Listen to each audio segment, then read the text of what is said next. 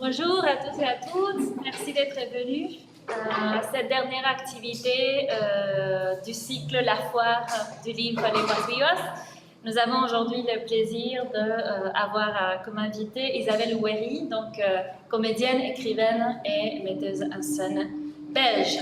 Mais avant de la présenter plus en détail, je voulais tout d'abord remercier donc, les institutions qui ont fait possible la venue de Madame Ouéry ici.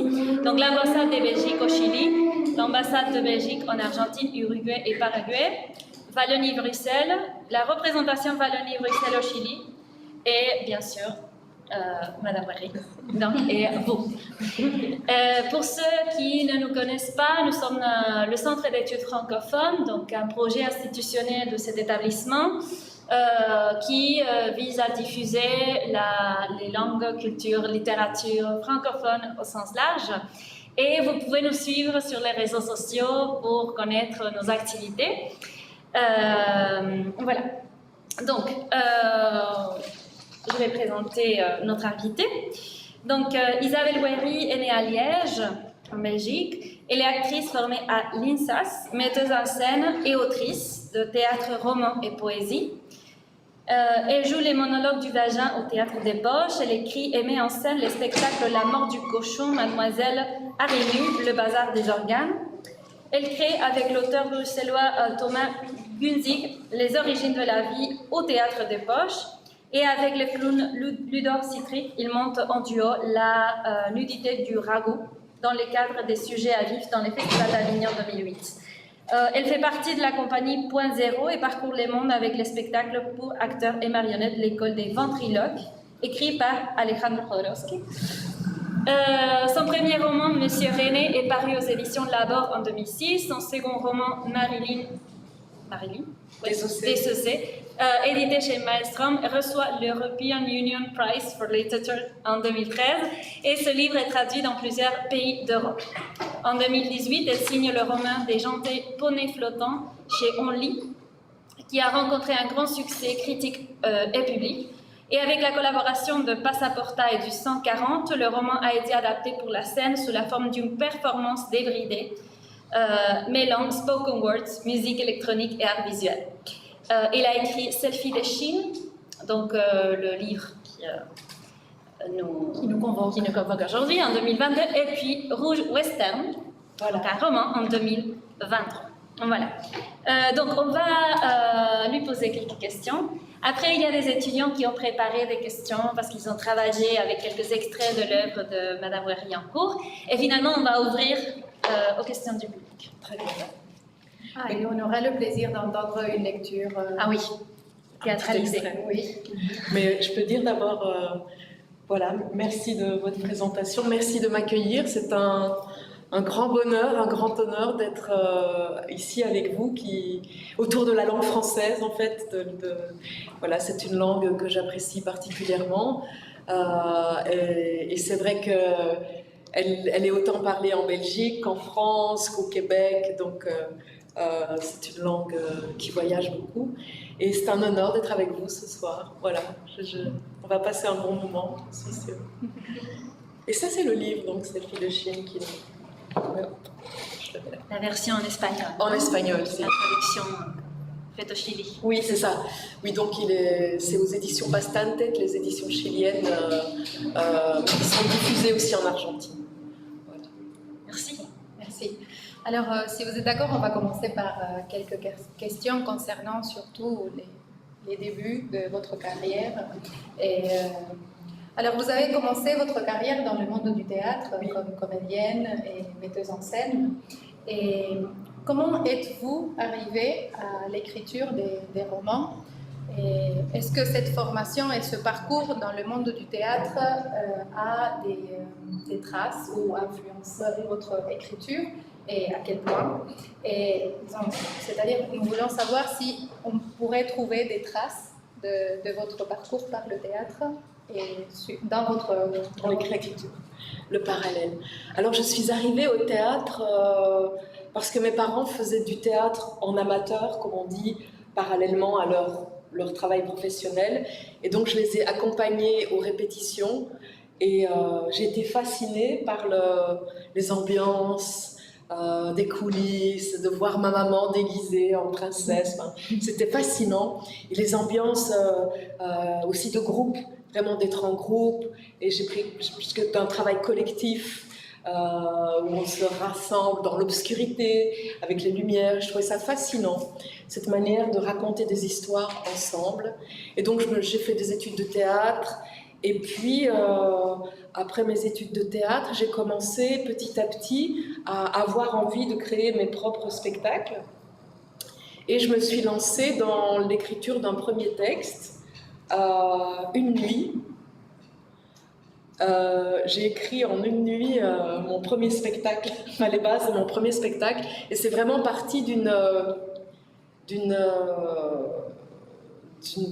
impulsion, d'une forme de transe, comme ça j'ai écrit toute la nuit. Et au bout de cette nuit, je me suis dit, il vient de se passer quelque chose d'important, l'écriture, et que je vais garder ça toute ma vie.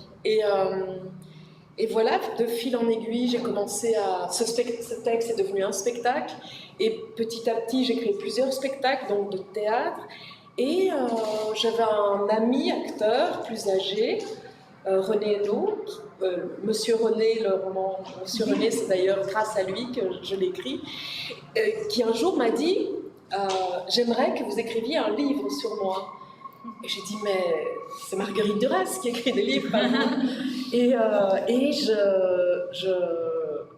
j'ai commencé à écrire un livre sur lui, mais je lui ai dit je veux bien faire une biographie imaginaire. Je ne veux pas faire quelque chose de scientifique, je veux faire une biographie imaginaire. Et il m'a dit oui, très bien.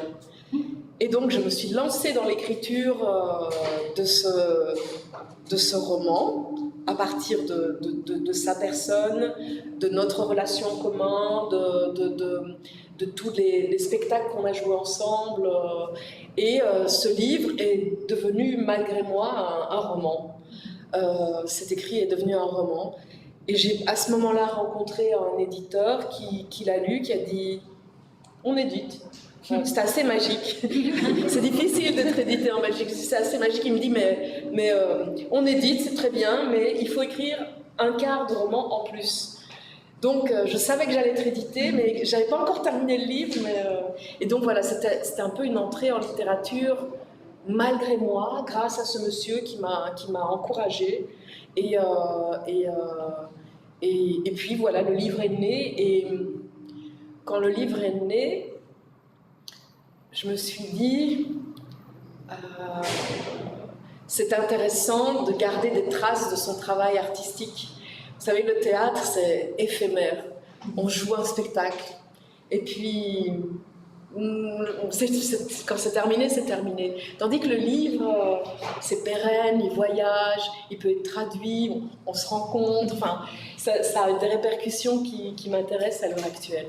Et donc, pour revenir à votre question, c'est vrai que le fait d'être actrice, le fait d'apprendre des textes par cœur, le fait de jouer des grands auteurs, je parle des classiques, mais ça peut être Eve Ensler aussi, des monologues du vagin, mais jouer Shakespeare, Bertolt Brecht, Ibsen, c'est un apprentissage de l'écriture formidable, parce que c'est donner chair, entrer vraiment de manière intime dans les textes des auteurs, prendre dans sa chair les textes et leur donner vie. Et donc ça m'aide beaucoup pour écrire, c'est vrai.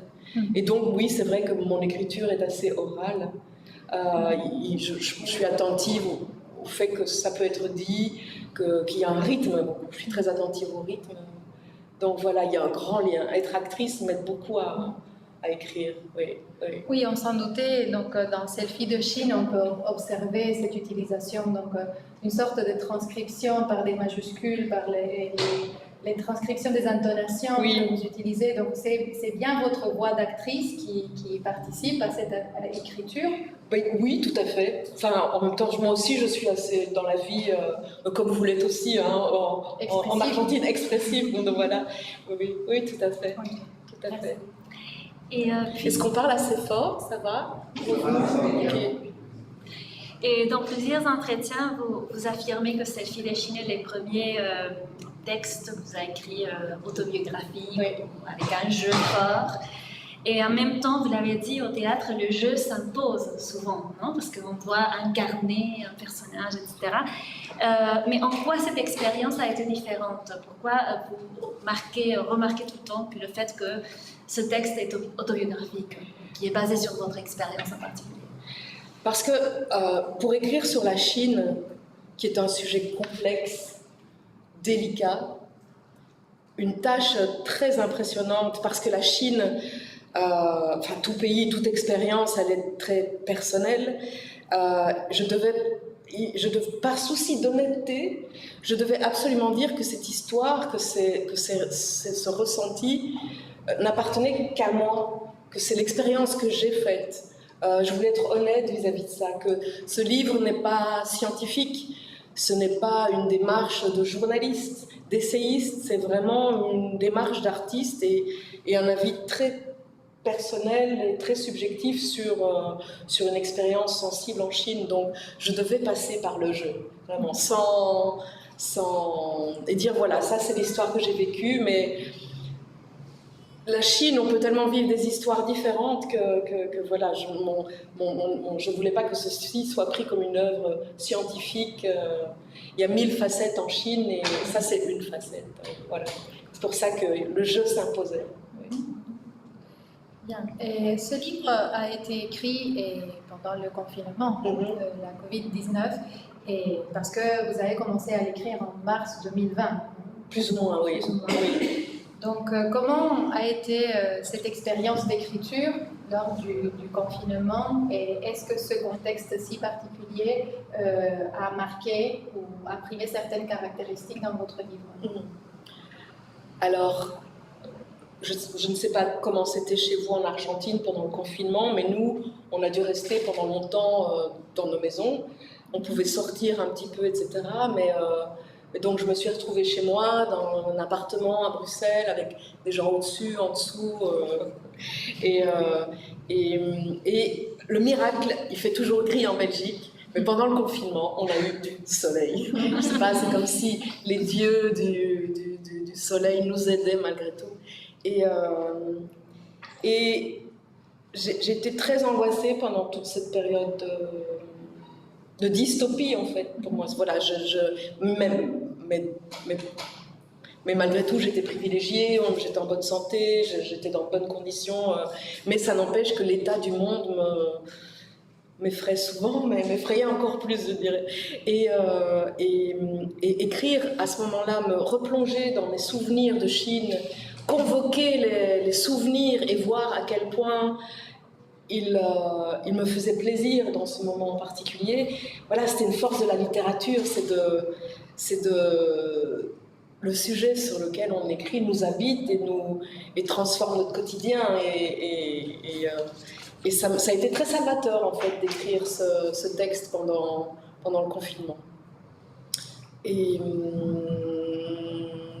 parce que c'est vrai que le Covid est arrivé, mais j'avais d'autres projets en Chine qui sont tombés à l'eau, évidemment, mais donc j'étais très triste aussi de ça. Donc j'ai convoqué le passé et je me suis fait des transes chinoises, si je puis dire, à Bruxelles pendant le confinement. Oui, oui. Et puis il me semblait essentiel de parler de cette Chine que j'ai connue avant la crise du Covid, qui a eu lieu, qui est partie de Chine. Ça me semblait aussi être intéressant de livrer un document sur une époque. C'est aussi une époque. La Chine a changé, bien sûr, depuis le confinement, et ça, c'est la trace d'une époque aussi.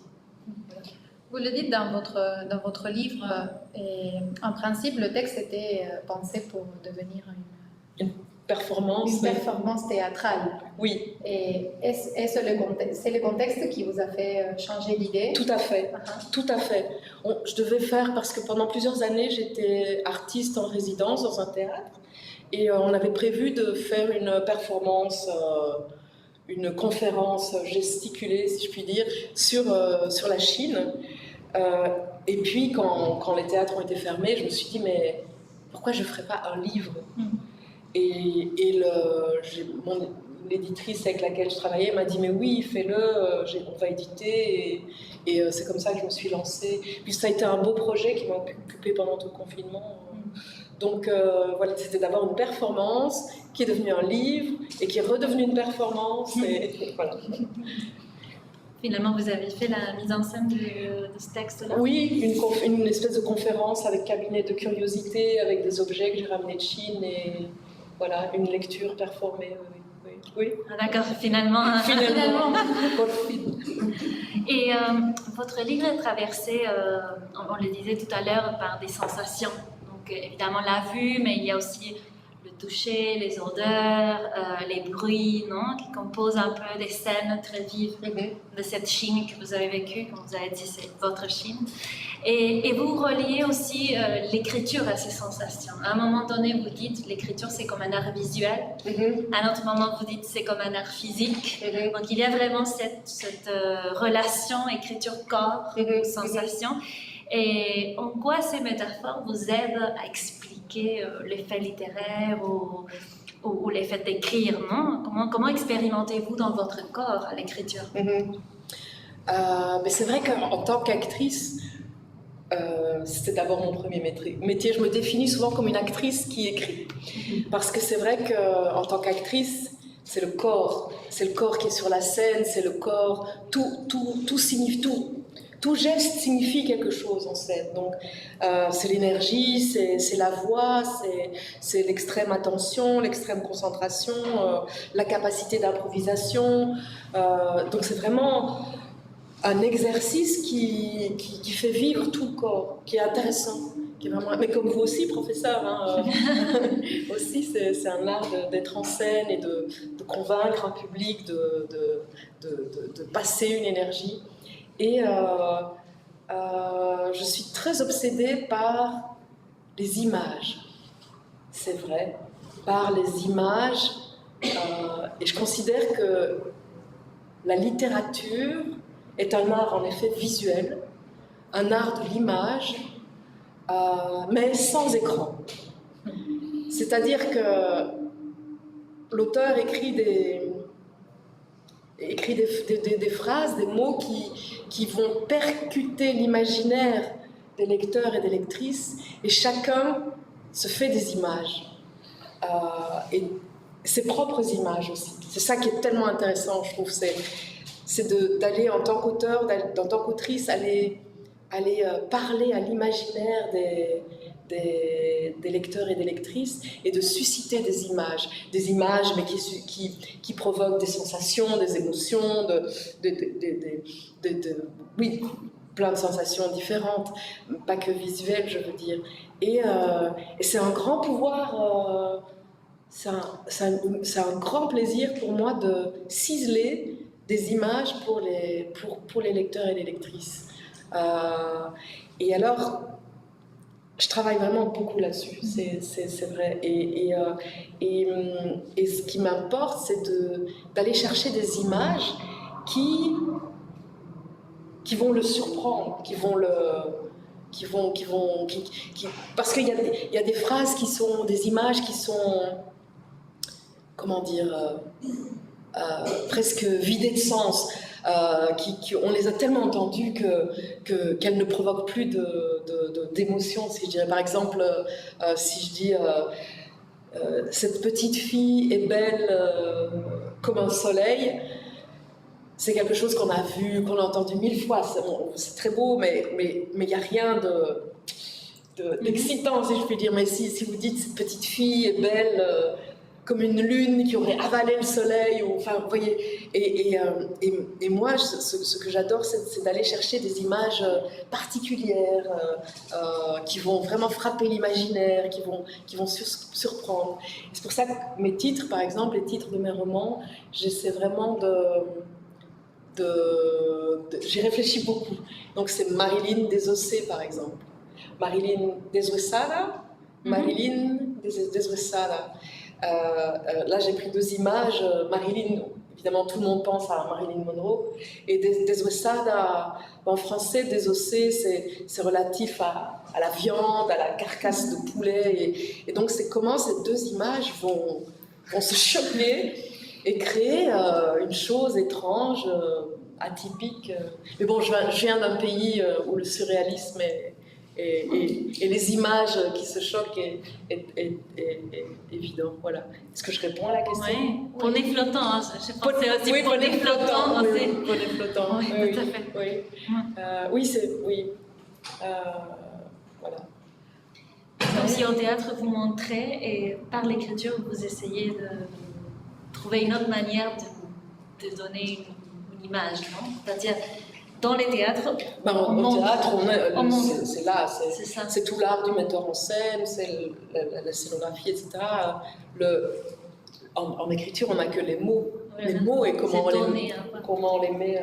Le travail, c'est aussi le lecteur qui le fait. Parfois, moi, je vais au théâtre et je me dis, oh, il me donne trop, je ne veux pas voir autant, laissez-moi imaginer. Oui, voilà.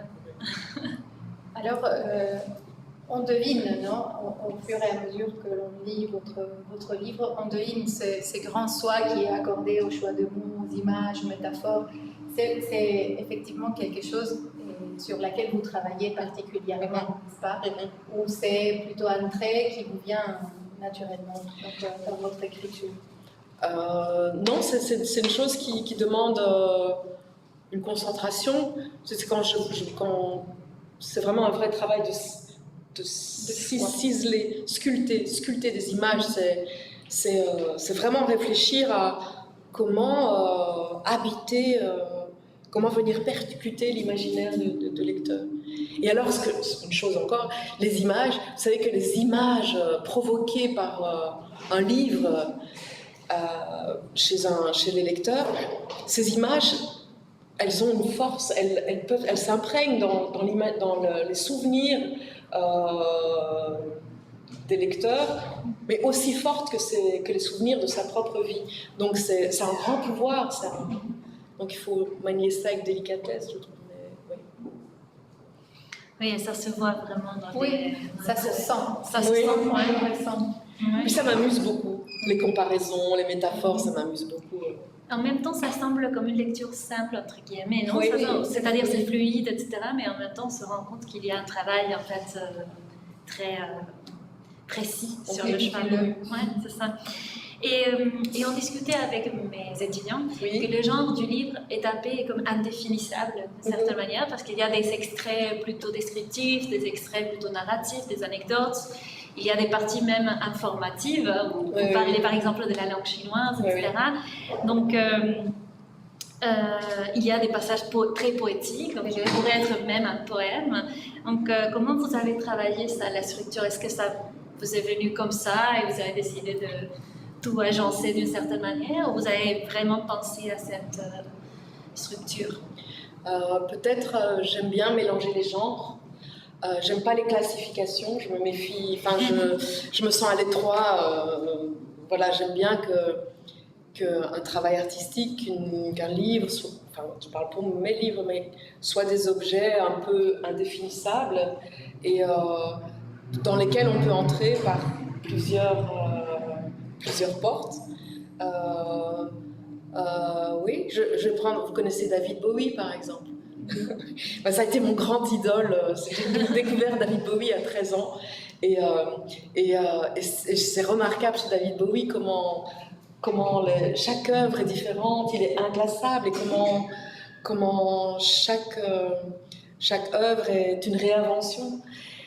Et ça, c'était mes premières sources d'inspiration pour la suite, mais à l'époque, je ne m'en rendais pas compte. Mais après, j'ai découvert des auteurs comme Shakespeare, comme William Shakespeare, qui sont, ou Bertolt Brecht, je fais un parallèle entre les deux. Vous voyez, Bertolt Brecht, c'est ce grand dramaturge allemand voilà, qui est mort en 1950, je pense, voilà, et que j'ai joué. Et ils ont la particularité, d'abord, ces deux grands auteurs, d'être tous deux poètes, dramaturges, et construisant des pièces de théâtre qui mélangent les genres et les styles. Chez Shakespeare, par exemple, on passe d'une partie poétique à une partie plus adressée directement au public, à des chansons, à des dialogues, à une langue super riche qui passe de la langue poétique à la langue à de la prose. Donc il y a un mélange des styles comme ça, un mélange de tragédie, de comédie aussi qui moi m'a toujours intéressée. Et je me suis beaucoup inspirée de ça pour écrire mes premiers textes. Le premier texte que j'ai écrit pendant la nuit, Oui. ben c'était ça, c'était déjà comme ça, ce mélange. Et alors je vais vous dire, parce que ce premier spectacle est devenu, ça s'appelle La mort du cochon, et c'est un petit music-hall à la ferme. Et le music-hall, c'est quelque chose qui est entré dans ma vie grâce à quelqu'un qui vient de chez vous, qui est argentin, qui est Alfredo Arias. Vous voyez, j'ai eu la grande chance de travailler avec lui quand j'avais 25, 26 ans, au début, au même moment où j'étais en train de créer mes premiers spectacles. Et avec Alfredo Arias, on a créé un music-hall mélangeant plein de choses, la chanson, la danse, l'écriture. Et j'ai écrit des textes que j'ai joués. Et Alfredo Arias m'a vraiment appris ce mélange justement des styles et j'ai adoré ça. Et ça a vraiment, ça a été la base de tout mon travail après. Et ça en découle, voilà, ce livre en découle. Ben oui, on peut passer d'une chanson à un poème, à un texte plus informatique, en effet. Ça donne un rythme aussi au récit. C'est je crois que pour le public, pour les lecteurs, les lectrices, on passe d'une chose à l'autre et ils sont captivés, je crois. Voilà. Oui, tout à fait. Voilà. Et même les extraits informatifs deviennent en quelque sorte poétiques aussi, c'est-à-dire les mélanges permettent aussi de jouer avec cela aussi. Oui. Hein. Oui. Tout à fait. Et nous aimerions passer maintenant à votre expérience en Chine. Et pourquoi avez-vous ressenti le besoin d'écrire sur la Chine? Donc, d'où vous vient cette idée de revenir sur cette expérience de voyage? Je crois que vraiment la toute première chose, c'est d'abord écrire pour moi, pour ne pas oublier. Pour ne pas oublier tout ce que j'ai vécu en fait. Comme un carnet de voyage, Comme un journal intime? Oui, et de partager ça évidemment avec les lecteurs et lectrices, mais pour moi c'est vrai que c'était un moment exceptionnel dans ma vie, très particulier, une grande chance de me retrouver là-bas. Il faut dire que j'étais dans un contexte très intéressant parce que c'est compliqué la Chine, c'est déjà la langue, enfin, à Pékin, mais rien n'est en anglais, personne ne parle anglais, enfin très peu. Donc il faut vraiment être guidé. Et j'étais là parce que mon ami d'enfance, qui est sinologue, m'a invité à venir lui rendre visite à Pékin. Mais elle m'a aiguillée, donc elle m'a vraiment fait entrer dans la Chine. Et ça, c'était une grande chance. Parce qu'en tant que touriste, c'est compliqué, c'est vraiment un pays, c'est très opaque. Mais là, je suis entrée d'une manière avec une guide, en fait. Oui. Et oui, j'ai vraiment eu envie d'écrire ce livre pour me souvenir de tout ça. Oui, d'abord. Et vous avez parlé de la langue chinoise et vous consacrez une partie de votre livre à parler de cette langue. Est-ce que le fait de la côtoyer un peu dans cette opacité, dans ce monde où il n'y a que le chinois, vous avez entrepris un tout petit peu l'apprentissage aussi du chinois, est-ce que cela vous a fait revenir sur les faits linguistiques, c'est-à-dire d'avoir une conscience de la langue plus profonde, de votre langue, pas de la langue chinoise en particulier? Alors c'est sûr que quand on voyage, on est ramené à soi aussi. En découvrant l'histoire d'un pays, la culture, on est tout le temps ramené à la sienne, on se positionne. Et c'est vrai que la langue chinoise, elle est fascinante D'abord, la langue écrite, ce sont des idéogrammes. Des idéogrammes, merci. Des idéogrammes, donc c'est des images. C'est des images. Et donc, pour moi qui suis obsédée par les images, tout à coup, de découvrir une langue qui est truffée d'images, c'est assez. C'est d'une poésie folle. Je prends toujours le même exemple, mais par exemple, le mot montagne, l'idéogramme de montagne, c'est 3 petites barres comme ça. Et c'est clair, c'est clair, non? Et les flammes, le feu, c'est aussi c'est un idéogramme qui évoque vraiment, on voit vraiment une flamme. Donc par exemple, ça c'est des entrées dans la langue qui sont faciles, ludiques et amusantes. Et donc quand on met la montagne et le feu à côté, qu'est-ce que ça fait? Les deux mots sont volcan, volcan. Et voilà, et quand on commence à étudier ça, c'est vraiment passionnant, quoi. Et c'est vrai que j'ai essayé d'apprendre un petit peu la langue et elle est vraiment passionnante. Aussi parce qu'elle a une grammaire très simple et que finalement, on peut assez vite, il n'y a pas de conjugaison, il n'y a presque pas de pluriel, enfin, on peut assez vite parler. C'est par exemple, la structure, c'est demain, je allais piscine. Hier, je allais piscine. Ben voilà. Donc on peut avoir des résultats assez rapidement en fait. Mais c'est d'une complexité. C'est vraiment. Vous racontez quelques scènes où vous avez essayé de parler un petit peu en chinois et que ça a fait rire énormément. Ça fait rire. Mais alors, les Chinois entre eux se comprennent pas toujours. D'abord, certains parlent mandarin, d'autres cantonais. Mais les gens qui parlent mandarin d'une région à l'autre, ils ont des accents très différents, donc ils ne se comprennent pas. Donc, et moi, je comprends. Donc c'est très.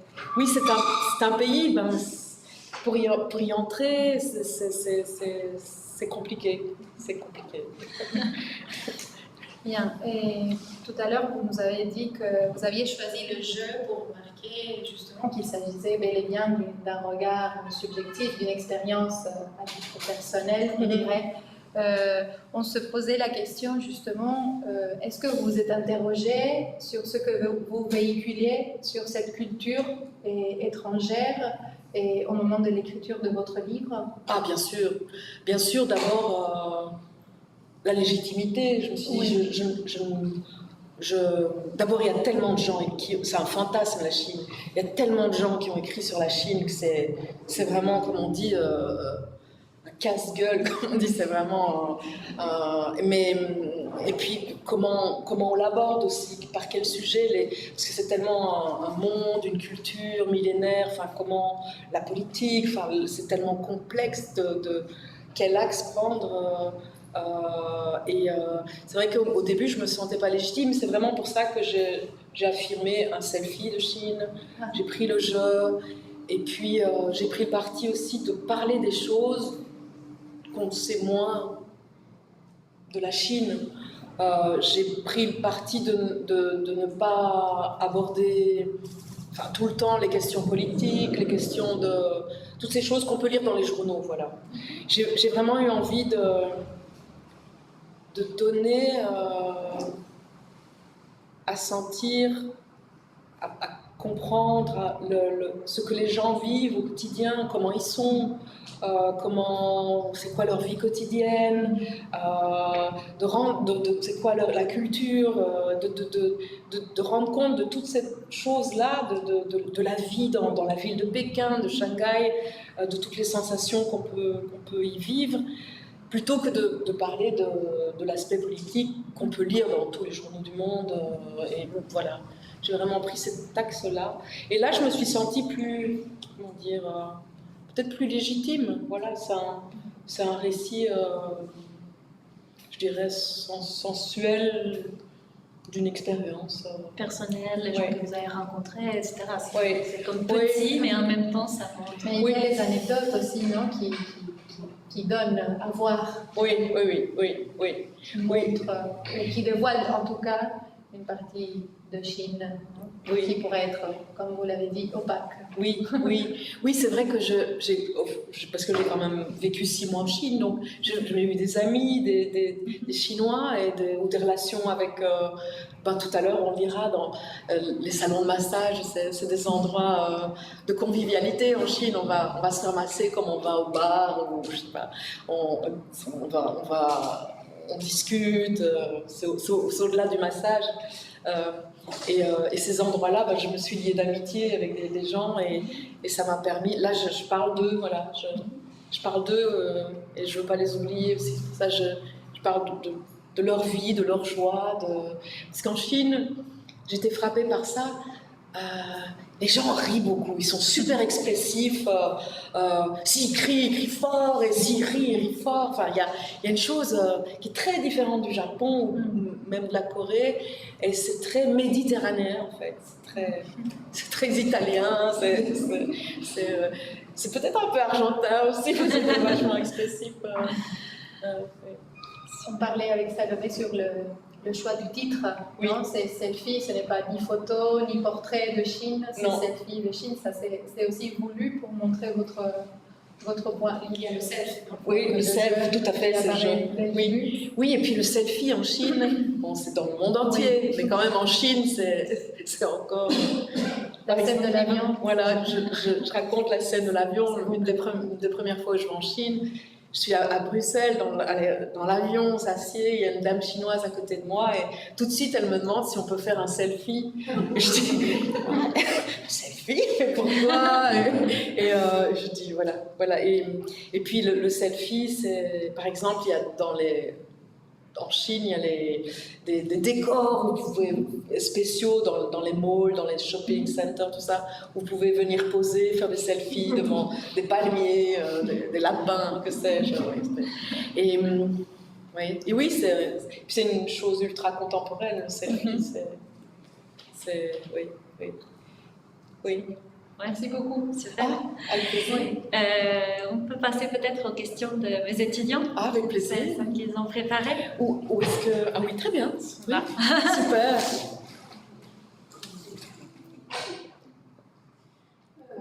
Je me présente Oui, vas-y.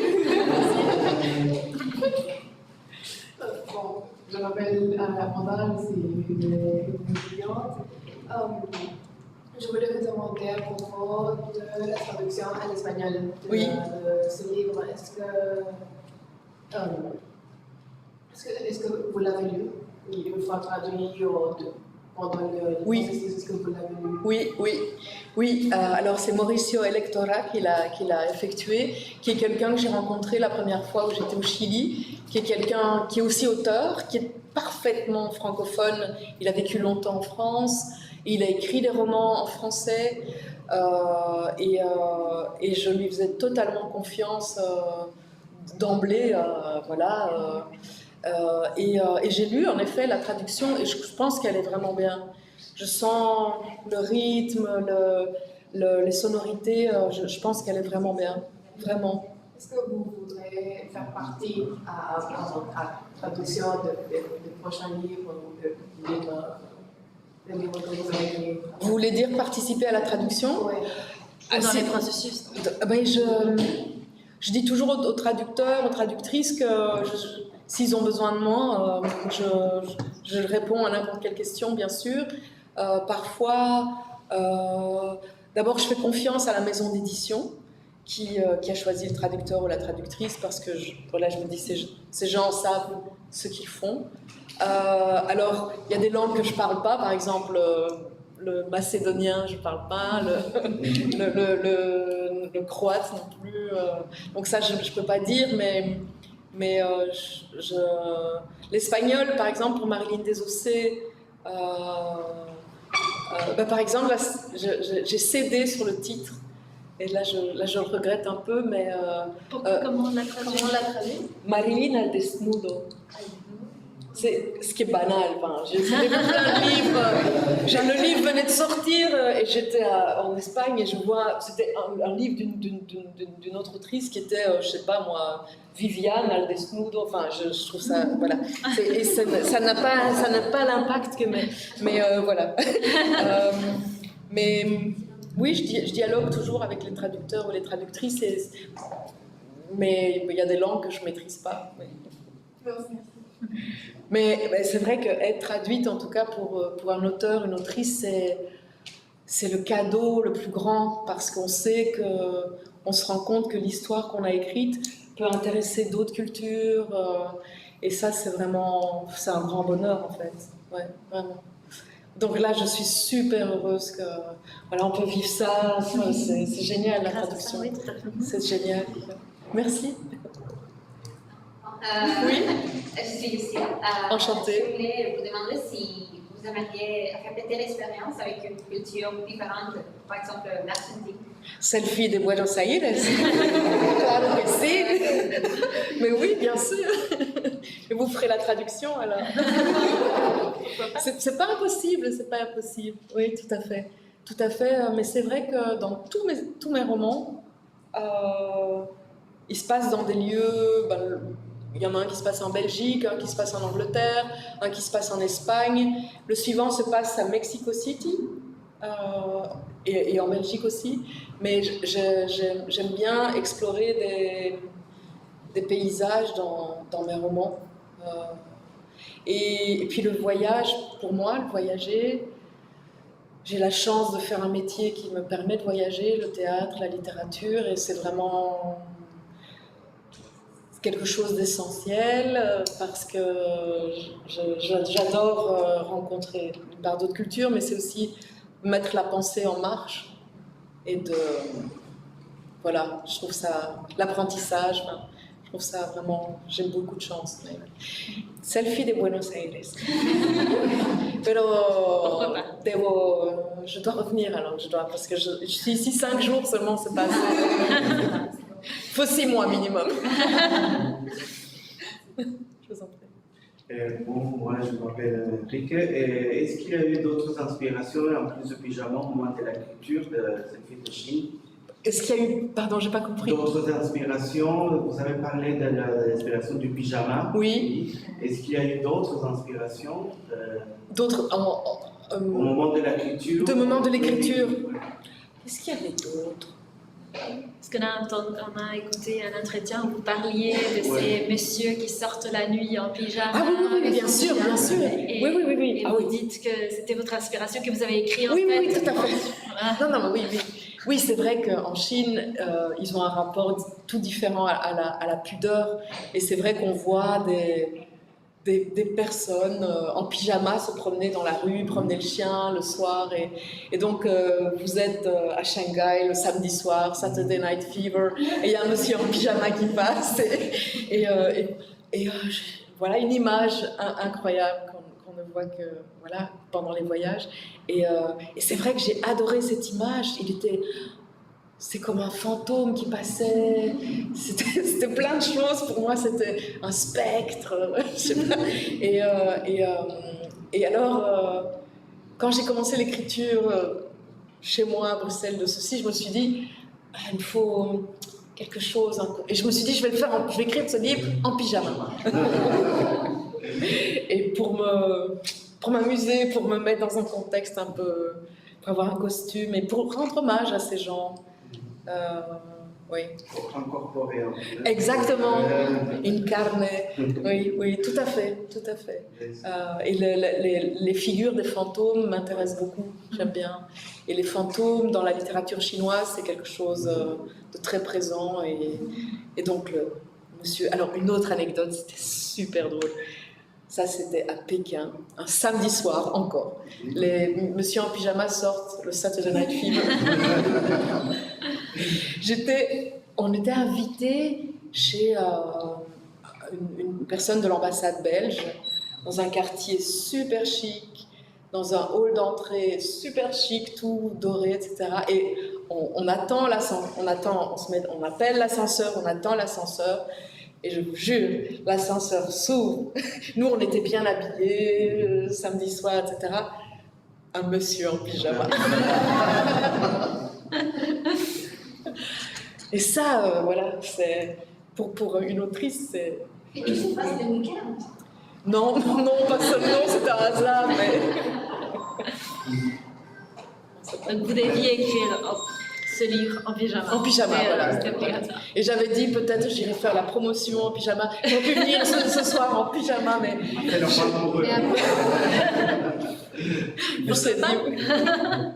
La prochaine fois. Avec plaisir, merci à vous. Bon, je m'appelle Mathias. Enchantée. Nous voulions savoir si la pandémie a été la seule raison pour laquelle votre voyage est devenu un récit. Parce que j'imagine qu'il y a eu un très grand contraste entre le voyage, le fait d'être stimulé par des personnes, par le lieu, tout ça. Et entre ça et le fait d'être enfermé chez soi, dans le confinement, tout ça. Mais c'est que je devenais enragée, c'est vrai, d'être confinée. Et j'avais beaucoup de choses qui étaient prévues après en Chine. Et oui, donc, comme je disais tout à l'heure, replonger dans ces souvenirs-là, ça m'animait. Mais alors, je ne suis pas retournée en Chine depuis. Mais c'est vrai que la dernière fois où j'y suis allée, c'était un peu difficile, en fait, en novembre 2019, parce que je sentais trop la pression de la censure et ce que vivent les gens en permanence, au fait. Je me suis rendu compte que beaucoup d'activités que j'allais refaire en Belgique, jouer tel spectacle, en Chine, j'aurais pas pu les faire, parce qu'il y a des tas de sujets qu'on ne peut pas aborder. On ne peut pas aborder la politique, tout ce qui concerne le corps, le gay, le LGBTQI+. Enfin, tout ça, il y a tellement de thèmes qui sont inabordables que au bout d'un moment, c'est étouffant, en fait. Et je crois que maintenant, les échos que j'ai, c'est encore pire. C'est encore pire. Est-ce que ce livre a été traduit en chinois? Ou non. Non. Pas du tout. Non, pas du tout. Pas du tout. Et d'ailleurs, je me mets un peu en danger en l'écrivant, c'est vrai. Parce que le gouvernement chinois quand même se méfie des auteurs, des journalistes, etc. Et quand on demande un visa, en tant qu'autrice, ils me demandent qu'est-ce que vous avez écrit. Est-ce que vous avez écrit sur la Chine? Et j'avais dit non, puisque je n'avais jamais rien écrit sur la Chine. Mais maintenant, j'écris sur la Chine. Et je ne sais pas, peut-être. Je ne sais pas. Mais alors, ce n'est pas que je suis... Enfin, ce n'est pas très explicite politiquement, mais je ne sais pas. Je ne sais pas comment ce serait perçu. Mais j'ai peur d'y retourner parce que ce que j'entends est vraiment oppressant et je redoute un peu. Merci à vous. Est-ce qu'il y a d'autres questions, peut-être? Où est-ce que vous avez appris l'espagnol? Ah! J'ai entendu que vous parlez très bien l'espagnol. Oh, je ne parle pas bien, je fais plein de fautes, mais vous parlez bien français. Vous parlez bien français. Mais en fait, j'ai eu la chance quand j'étais petite. Mes parents n'étaient pas riches, mais quand on était petits, des amis nous ont prêté un appartement en Espagne, dans le sud, en Andalusia. Et là-bas, on y allait tous les étés 1 mois. Et c'était magnifique parce que c'était un jardin avec des enfants qui venaient d'Espagne, bien sûr, mais aussi d'Amérique du Sud. J'avais un ami en Équateur, j'ai des gens d'Allemagne, du Maroc. Et c'est vraiment là que j'ai pris le goût du voyage, en fait, de rencontrer des jeunes d'autres nationalités. Je trouvais ça d'une richesse magnifique. Oui. Et voilà, c'est parti de là. En fait, c'est la première langue que j'ai apprise dans ma vie après le français. Et Rouge Western se passe En Andalousie. en Andalousie, non? Oui. C'est en relation avec ces vécus que vous avez eus en tant qu'enfant? Pas en tant qu'enfant, non. C'est une région que j'ai découverte Rouge Western se passe dans le désert d'Andalousie, Tabernas. Et ça, c'est un lieu que j'ai découvert en 2015. Ah, d'accord. Voilà. Mais la langue espagnole, j'adore. Et vous parlez le néerlandais aussi ou... Un peu. Oui. Je préfère l'espagnol. Un sujet Délicat en Belgique. délicat en Belgique. C'est vrai que vous situez tous vos romans, vous écrivez dans d'autres, c'est-à-dire vous changez toujours Oui. la location. Oui, tout à fait. Et pourquoi? Parce que ça vous intéresse de faire des recherches Ça m'intéresse de faire des recherches, de voyager, bien sûr. Mais j'ai aussi besoin de... En tout cas, j'écris des histoires qui sont des fictions, mais j'ai besoin d'écrire sur des lieux que je connais, que j'ai vus, que j'ai traversés. Et des villes, j'adore ça. J'adore ça. Parce que c'est une ville, mais c'est aussi la culture, c'est des tas de choses, c'est des références. Oui. Est-ce qu'il y a d'autres questions? Non? Ah oui. Vous allez à Buenos Aires? Ah oui. Alors je suis là seulement depuis vendredi, mais oui, je suis très. C'est une ville, c'est une ville mondialement célèbre et extrêmement attirante pour des tas de raisons. Et c'est un pays aussi. Vous avez une nature qui, je l'ai pas vue, mais j'ai lu, j'ai vu des photos, etc., qui a l'air d'une richesse incroyable. Oui, puis culturellement, c'est vraiment. Je sens vraiment qu'il y a un intérêt pour la culture, quand je vois la Feria del Libro, le monde qui a, la richesse, je me dis waouh, c'est bien. Oui, et puis Alfredo Arias. Oui, je crois aussi. L'inspiration. L'inspiration, oui. Bon, si vous voulez, on peut passer à la lecture. Ça vous dit une petite lecture? Ok, super. Je prends un petit verre.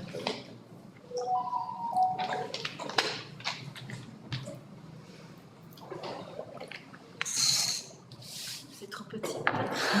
Je vais mettre mes lunettes.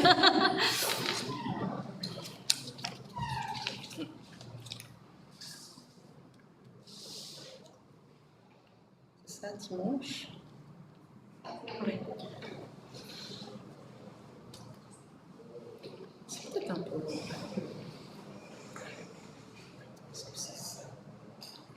Je ne me retrouve pas. Oui, ça commence là, non? Dimanche. Oui, mais peut-être je pourrais commencer ici. Il y a... Ah, c'est ça. Ah, c'est ça. Ah oui, je pourrais faire ça.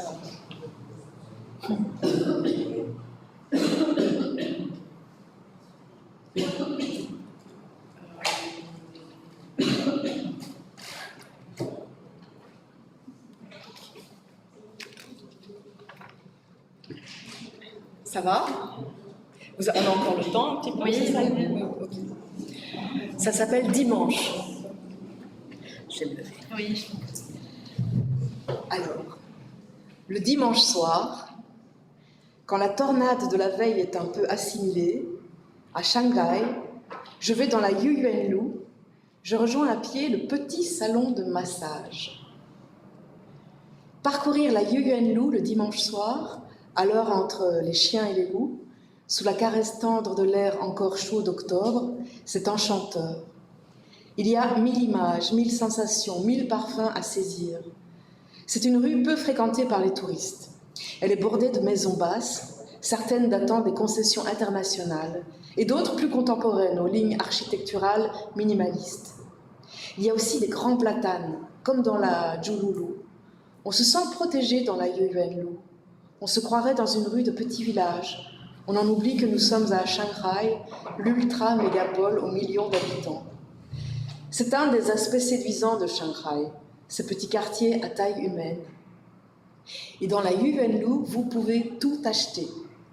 Vous croisez d'abord des magasins de fringues mêlés à des étals de fruits, des fruits si parfaits qu'ils semblent de porcelaine fine.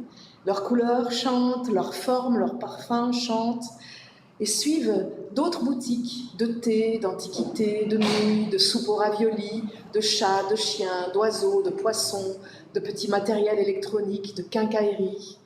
Alternance d'articles de luxe et d'objets banals du quotidien.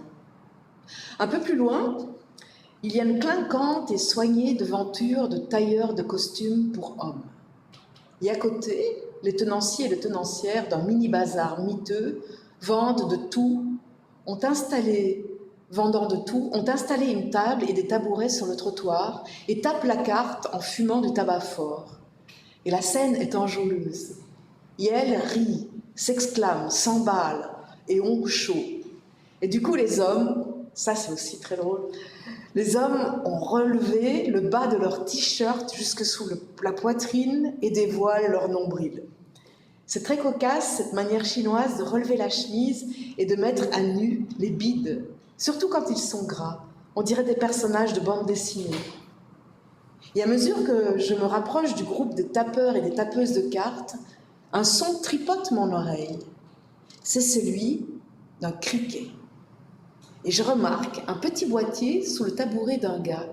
C'est son criquet qui chante dans sa boîte.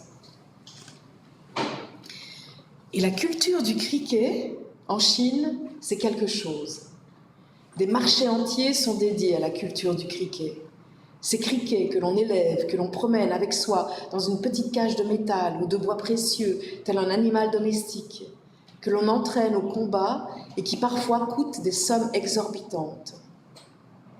Et donc, dans la Yuanlu, un des hommes jouant aux cartes a sorti son criquet et l'a installé afin que tout le monde jouisse de son chant, comme on sort son kleps, son chat, son canari. Et j'ai chaque fois un plaisir fou en passant près de ce groupe, tant il est joyeux. Les voix, les rires, tonitrues, m'ébranlent. Encore une fois, quelque chose de méditerranéen.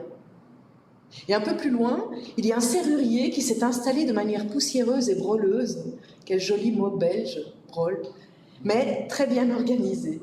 Sa devanture tient dans l'encadrement de porte. À ses pieds, à même le trottoir, un vendeur de crabes grisâtres, autant que l'écume du fleuve Yangtze, a déposé ces animaux encore vivants dans des sacs de plastique remplis d'eau. Serrures, crabes gris, trottoirs. Et en face, des restaurants chics, images baroques d'une certaine Chine. Et c'est cette Chine qu'il m'intéresse d'observer, celle des mélanges, celle d'une Shanghai où plusieurs économies vivent parallèlement dans la même rue, où la débrouillardise du vendeur de crabes nargue les enseignes luxueuses servant des délicatessen de serpents, de tortues. Mixture, choc et force des images. Beaucoup d'animaux dans cette histoire, beaucoup d'inégalités sociales dans cette histoire.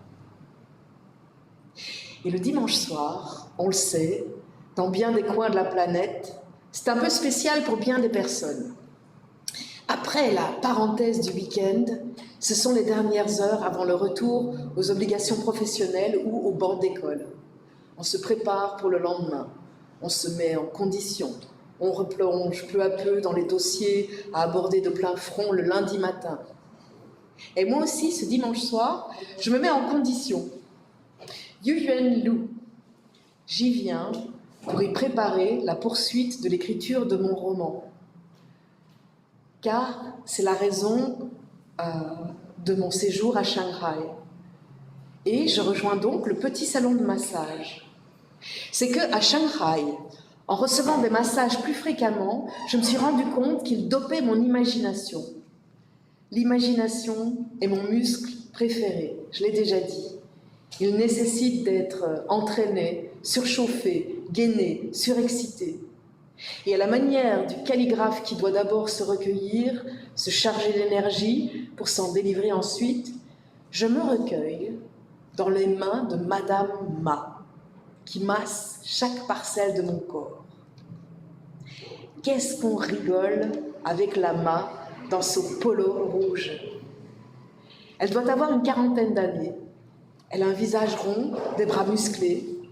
Elle me pose des tas de questions sur ma vie, mon âge, ma profession, mon état civil, mes éventuels enfants. Elle inspecte ma peau de près, elle me complimente, puis y enfonce ses doigts comme on plonge ses mains dans la terre humide. Et encore une fois, je me laisse faire. Je me laisse faire par la Chine.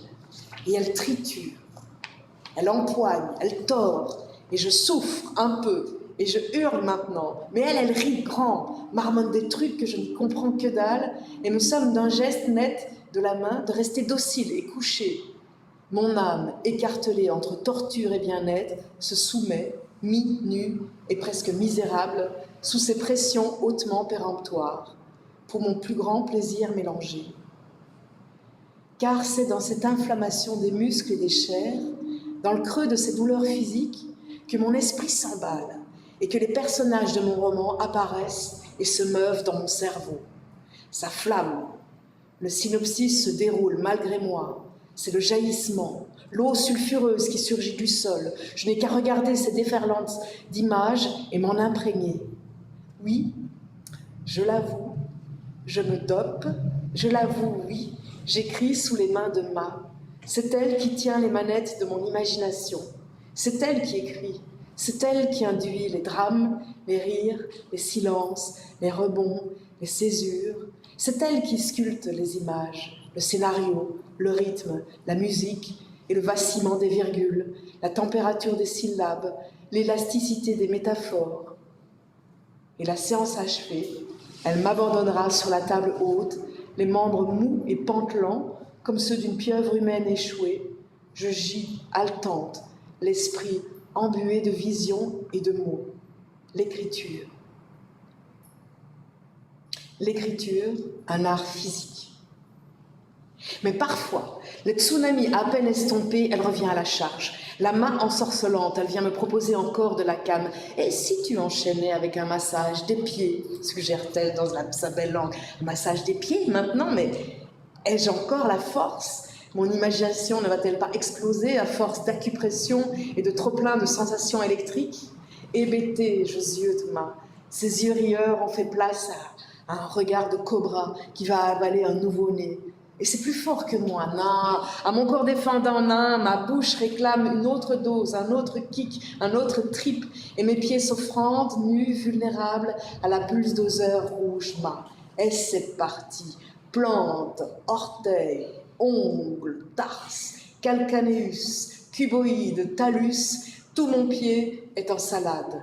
Et dans mon cerveau, Ma reprend les manettes de mon cinéma de mots, le fil d'histoire en fast motion, aïe, la cavalcade des paragraphes, oh, la galop des points d'exclamation, les trompes de cédille. Au bout d'une quarantaine de minutes, mon muscle imagination a érupté un quota d'images suffisant pour m'aider à tenir une nouvelle semaine d'écriture. Je suis morte et prête. Rouge western, à nous deux. Oui, la Chine, ça te creuse le corps, comme la fourchette de métal dans le ventre du crabe, ça te met à nu, ça te rince, ça te lessive, ça t'essore, et ça t'abandonne à garde désossée sur le bord du trottoir, étrangère et totale solitaire, tatouée d'étoiles rouges, la tête enivrée de pensées aussi vives qu'une bande de singes fous. Voilà.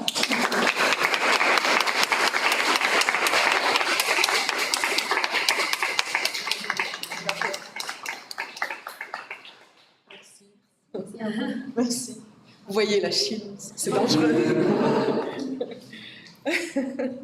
Merci. Oui, là, tout avant, dans cet extrait, on voit un peu tout ce qu'on a mentionné. Ce dont on a parlé. Voilà. Merci beaucoup. Mais c'est moi qui vous remercie, vraiment. Ça me touche beaucoup d'être là et de vos questions, de vos préparations. C'est beaucoup de travail, je sais, je me rends compte. C'était un plaisir. C'est un plaisir, ok, très bien. Merci. Merci à vous. Merci.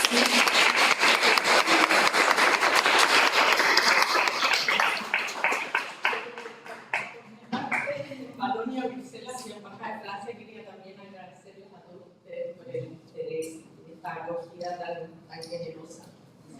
Y me gustaría pedirle un favor. Si pudiese sacarles una foto con ustedes ahí con Isabel. Sí, por favor. Sí, sí. Por supuesto, íbamos a pedirlo también. ¿Qué? Íbamos a pedirlo también. Sí.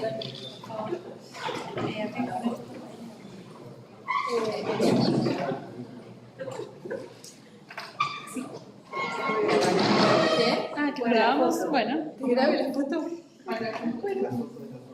Dale. Acá creo que quieren. Vengan, vengan. Venez de l'autre côté.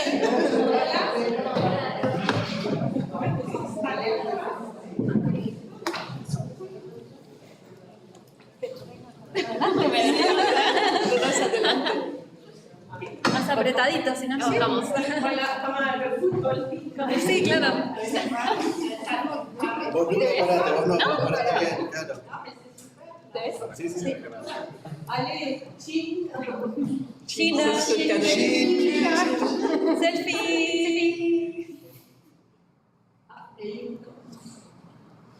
Pour les réseaux. Merci.